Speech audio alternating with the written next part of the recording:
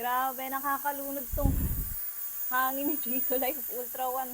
Hi mga Mimazor, samahan nyo nga akong mag-unbox nitong latest handheld fan ko from Jisoo Life na Ultra One. Grabe, eto na yung pinakamahal na portable fan na meron ako. Tignan nyo naman, box pa lang, napaka-premium na. So what's inside the box is yung kanyang mga accessories katulad nitong lanyard, brush, dalawang USB charging cable, and yung kanyang manual. So meron din itong base, round wind nozzle, square wind nozzle, and storage bag. Color gray nga itong Ultra One ko and medyo may kabigatan siya ng bahagya. Ang battery capacity nito is 9,000 mAh and yung kanyang working time is 1.5 hours to 6.5 hours. Ang charging time naman niya is 2.5 hours. Meron itong 100 speed wind level. Grabe, super lakas ng hangin nito.